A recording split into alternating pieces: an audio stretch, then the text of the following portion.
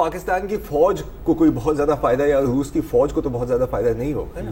It is an other version of diplomacy. اب میرا point simple ہے, ملٹری ڈپلومیسی سے مراد ہے آرمی چیف کا کابل جانا, آرمی چیف کا تہران جانا, جی مائی پوائنٹ, آرمی چیف کا سعودی عرب جانا. تو دیکھیں ہمارے لیے کوئی حیران کن بات نہیں ہے اگر ہم صرف ٹیکسٹ بک کی بنیاد پر دیکھ رہے ہیں چیزوں کو, تو بالکل ہم کہیں گے یار یہ تو ٹیکنیکلی ایسا نہیں ہونا چاہیے, لیکن تھوڑی سی ریالٹی بھی ہے. مجھے ان چیزوں سے کوئی مسئلہ نہیں ہے یار, بے شک آپ کابل جائیں, آپ ایران جائیں, آپ کو جانا چاہیے, اور ان سے کہا فالو اپ ہونا چاہیے اور کوآرڈینیٹڈ ہونا چاہیے. تو ہم مطلب جتنی بھی باتیں ہوئی ہیں اور جتنی باتیں ہم تک پہنچی ہیں, ہم ان کی بالکل آدھا گھنٹے تک ہم بال کی کھال نکال سکتے ہیں. بات یہ ہے تو سر ہم یہی کر رہے ہیں, جو بات انآفیشیل بھی ہیں ہم ان کی ڈیبیٹ کر رہے ہیں. بنیادی بات میں صرف اتنی بات کہنا چاہوں گا کہ یہ ایک بہت خوش آئین بات, یہ ایک بہت پازیٹیو بات ہے, اور یہ جو روایت قائم کی گئی ہے, اگر یہ روایت قائم کی گئی ہے تو اس کو پھر آگے چلنا چاہیے. جب تک آپ آمنے سامنے نہیں بیٹھیں گے, سب سینیٹرز خوش تھے, خوش ہونا بھی چاہیے. کسی نے ایسا نہیں کہا کہ ٹھیک ہے وہ آ گئے, مگر کسی نے کہا, انہوں نے کہا جی بالکل صحیح ہے. تو ہیلدی بات وہ ہے کہ تاکہ بعد میں بھی سیاست جان جو بعد میں کہتے ہیں کہ جی ہماری تو چلتی نہیں ہے یا ہمارے سے سنتا نہیں ہے, تو اب میرے خیال میں اگر یہ کنٹینیوسلی چلے گا گڈ تھنگ, اور اس کو آپ انسٹیٹیوشنلائز کریں, یہ ریگولرلی ہونا چاہیے. یہ نہیں کہ کوئی بڑا سانیہ ہو گیا تو پھر. اچھا, سینیٹر ریٹائرڈ عبدالقیوم نے یہ بھی بتایا کہ ان سے انڈیا پاکستان ریلیشن پہ بھی بات ہوئی جی, تو انہوں نے کہا جی حکومت اگر بات چیت کا فیصلہ کرتی ہے تو فوج تو اس کے ساتھ کھڑی ہوئی ہے. تو اگین دیکھیں, اب مطلب جو باتیں ہماری تک فلٹر ہو رہی ہیں وہ کوئی زیادہ سینسیشنل تو نہیں ہونے والی نا سر. ہاں, ان فیکٹ سینسیشنل کرنے کی کوشش کی گئی ہے بائی دا وے, کیونکہ خبر نہیں آ رہی تھی تو خبر بنائی بھی گئی ہے. سن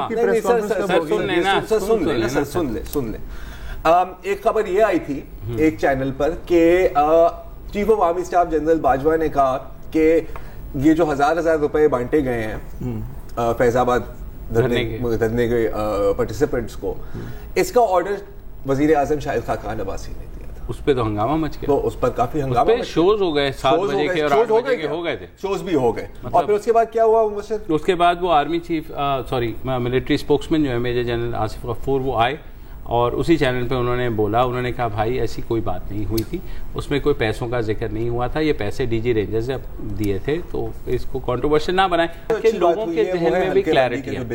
ہاں, وہ سینٹ پہ بھی آج وہ بل منظور ہو گیا ہے, ایک جو ہرڈل تھا اگلے انتخابات کے سامنے وہ ہٹ گیا ہے, تو آئی ہوپ کہ کچھ جو پولیٹیکل انسرٹنٹی ہے وہ کم ہو جائے. اب یہ کہ بس اس میں جو آئندہ انتخابات ہوں گے, پنجاب کی 9 جو ہے قومی اسمبلی کی نشستیں کم ہو جائیں گی, اسلام آباد کی 1 سیٹ بڑھ جائے گی تو 3 ہو گئیں, جبکہ سندھ کی نشستوں میں کوئی فرق نہیں پڑے گا. بلوچستان کی 3 اور خیبر پختونخوا کی 5 نشستیں ہیں وہ بڑھ جائیں گی. تو وقفہ لے لیں, کیونکہ بڑی سٹوریز وقفے کے بعد.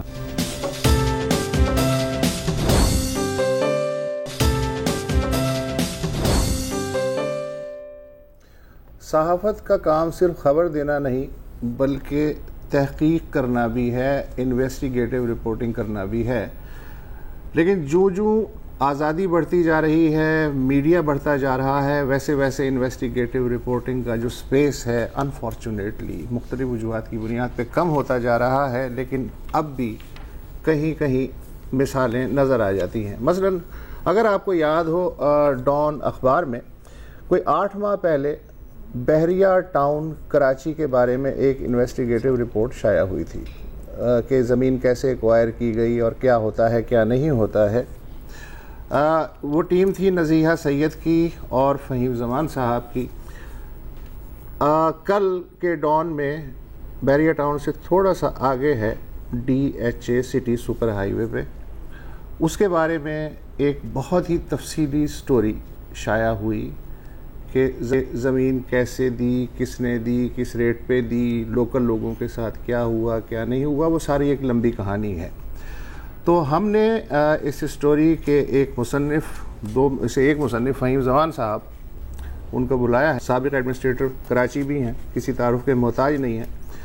تو ہم مرحلہ وار اس سٹوری پہ بات کریں گے. جی اچھا, تو میرا خیال ہے کہ بحریہ ٹاؤن کی سٹوری پچھلے سال آئی تھی, تو تقریباً 1.5 سال ہو گئے, جو بھی وقت گزرتے پتہ نہیں, بس وقت گزرتے پتہ نہیں چلتا. اگر وقت گزرنے کا وقت کا پتہ چلتا ہے تو ان علاقوں کے رہائشیوں کو, ٹھیک ہے, کیونکہ وہ تو ڈے ٹو ڈے بیس کرتے ہیں. اچھا, ایک سائڈ پر بحریہ ٹاؤن, ایک سائڈ پر DHA سٹی, اور ان دونوں کی سرپرستی کرتی ہوئی ظاہر ہے کہ آپ کی پوری ایڈمنسٹریشن, آپ کی پوری حکومت, آپ کا پورا سسٹم. تو فہیم صاحب, سب سے پہلے تو آپ ہمیں بتائیں کہ ہو کیا رہا ہے ان علاقوں کے رہائشیوں کے ساتھ. یہ جو ملیر کا علاقہ ہے, بہت ہی خلاصی جگہ ہے, آج ان پر کیا سچویشن ہو رہی ہے؟ دیکھیے, پورا ڈسٹرکٹ ملیر جو کراچی کا سب سے بڑا ڈسٹرکٹ ہے, کوئی 5 لاکھ 5.25 لاکھ ایکڑ کا ہے. یہ دونوں بحریہ ٹاؤن اور DHA سٹی مل کر تقریباً ڈسٹرکٹ ملیر کا 10% ایریا کور کرتی ہیں. اس وقت تقریباً 10% اس رقبے پہ انہوں نے قابض ہیں. ڈسٹرکٹ سینٹرل کراچی کا صرف 19,000 ایکڑ پہ ہے, اور لاہور کا جو اولڈ سٹی ایریاز ہیں وہ کوئی 16,000 ایکڑ پہ. یہ آپ کے ویورز کی اس کے لیے کہ آپ یہ 50,000 ایکڑ اور 19,000 ایکڑ ہوتا کتنا ہے. تو جو کچھ ہو رہا ہے اس علاقے کے لوگوں کے ساتھ تو ہو رہا ہے. ان کی آواز بہت کمزور ہے, غریب لوگ ہیں, کاشتکار ہیں, روزگار کے مسائل ہیں, ٹرانسپورٹ کے مسائل ہیں, پانی نہیں ہے, بہت سارے مسائل ہیں.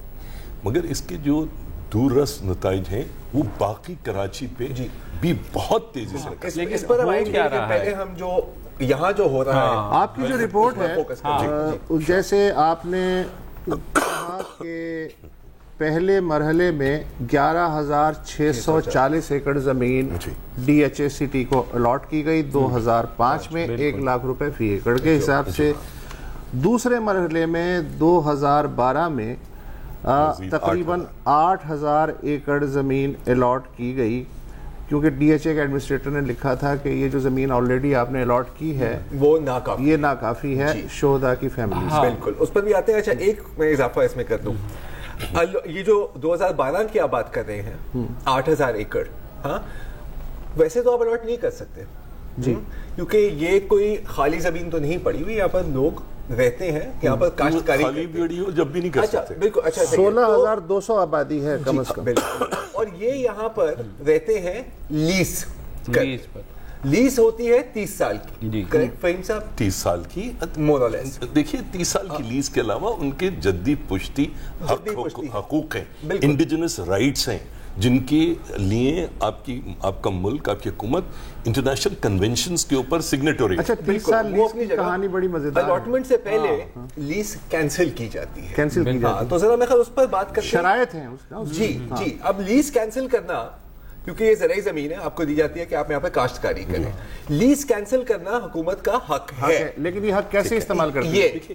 دیکھیے, لیز کینسل کر سکتے ہیں اگر حکومت کو اپنی کسی پروجیکٹ کے لیے, کسی ضرورت کے لیے, پبلک میرا اور آپ کا گھر بھی ایکوائر کیا جا سکتا ہے اگر اجتماعی اس کے لیے. یہ نہیں کیا جا سکتا کہ بغیر کسی نوٹس, بغیر کسی وجہ کے آپ لوگوں کی لیزز کینسل کریں اور اٹھا کے کسی دوسرے کو دے دیں, کسی ایک غیر مقامی ڈیولپنگ ایجنسی کو آپ زمین دے دیں اور ان کی لیزز کینسل کر دیں. کینسل بھی ہوگی تو سرکاری مقاصد کے لیے ہوگی, کسی پرائیویٹ ڈیولپر کو نہیں دی جائے. اس میں تھوڑا سا اگر وہ صرف ایڈ کر دوں کہ اس DHA سٹی میں کوئی 2.5 لاکھ پلاٹ جو ہیں وہ بنائے گئے ہیں. پلاٹ آلریڈی جو 11,640 ایکڑ میں, اور ادھر جو ابھی 8,000 ایکڑ مزید زمین ہے اس کی بھی پلاننگ ڈیولپمنٹ ہونا باقی ہے. یعنی تقریباً 3.5 لاکھ پلاٹ ہوں گے. تو اگر 6,000 شہیدوں کے لواحقین کو آپ نے 6,000 پلاٹ دے بھی دیے تو باقی جو 2.5 لاکھ میں سے 6,000 نہیں, مطلب اوور 3.5 لاکھ ہو جائیں گے. اب جب مطلب کہ ایسا نہیں ہے. اچھا, رائٹ, یہ اب دیکھیں اگین شہیدوں کا نام لیں تو اس پر جواب دینا کسی کو بڑا مشکل ہو جاتا ہے, اور ظاہر ہے کہ ہر ریاست کی ذمہ داری ہے, ریاست کی ذمہ داری ہے کہ ہم اپنی شہیدوں کا اور ان کی فیملی کا خیال رکھیں. یہاں پر جو لگ رہا ہے کہ خیال نہیں, ان کے نام کو استعمال کیا جا رہا ہے اور جو جائز جذبات ہیں ان کو ایکسپلوئٹ کیا جا رہا ہے. میں یہ عرض کر دوں کہ انہی کی رپورٹ میں جو ہے وہ ایڈمنسٹریٹر کہہ رہے ہیں کہ شہداء کے لیے زمین کم پڑ گئی ہے.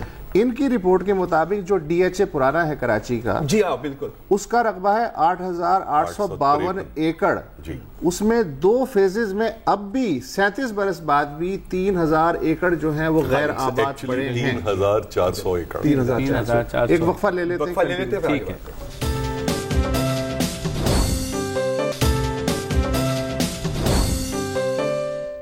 ویلکم بیک جی.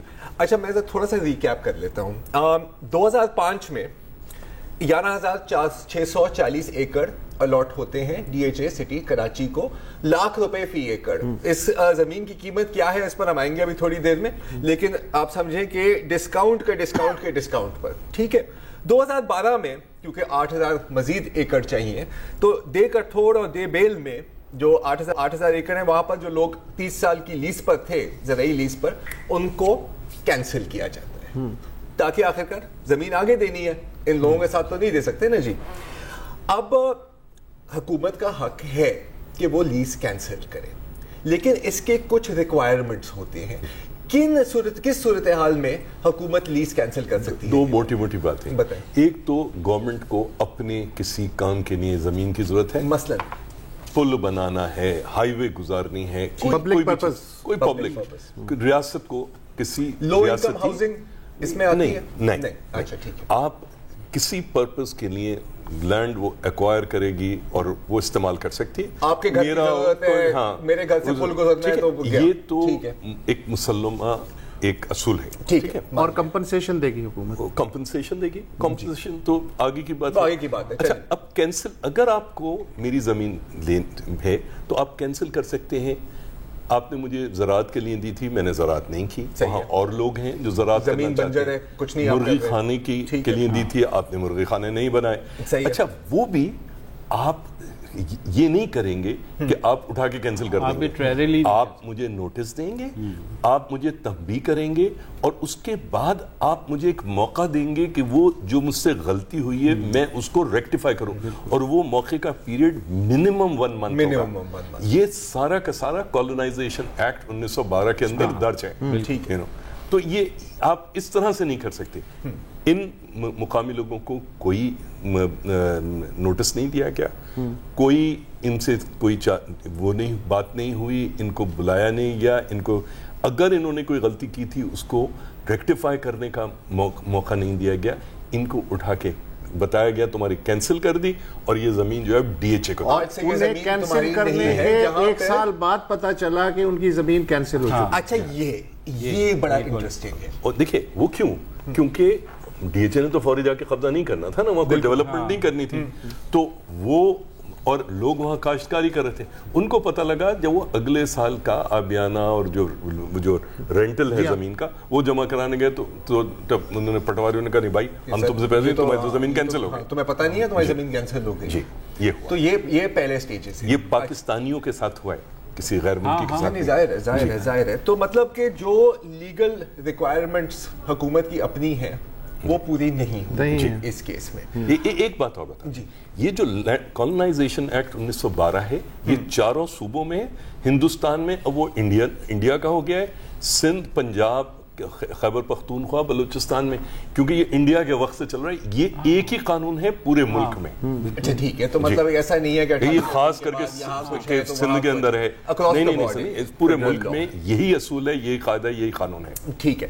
اچھا اب یہ جو آگے دی جا رہی ہے ڈی ایچ اے کو, جس قیمت پر دی جا رہی ہے ₹1,00,000 فی ایکڑ, اور ابھی مبشر آپ نے ذکر کیا تھا وہ جو 2011 میں جو خط لکھا گیا تھا, اور اس میں اس وقت کے جو ایڈمنسٹریٹر تھے بریگیڈیئر عامر رضا قریشی, وہ سابق وزیر اعلیٰ سندھ قائم علی شاہ کو خط لکھتے ہیں اور کہتے ہیں کہ جی ہمیں مزید زمین چاہیے اسی ریٹ پر شہداء کے لیے. اچھا مارکیٹ ریٹ کیا ہے؟ ہاں میں نے اس کی سمری جو ہے انہی کی رپورٹ کی, وہ ہے تو لمبی, میں نے بلٹ پوائنٹس کوشش کی ہے.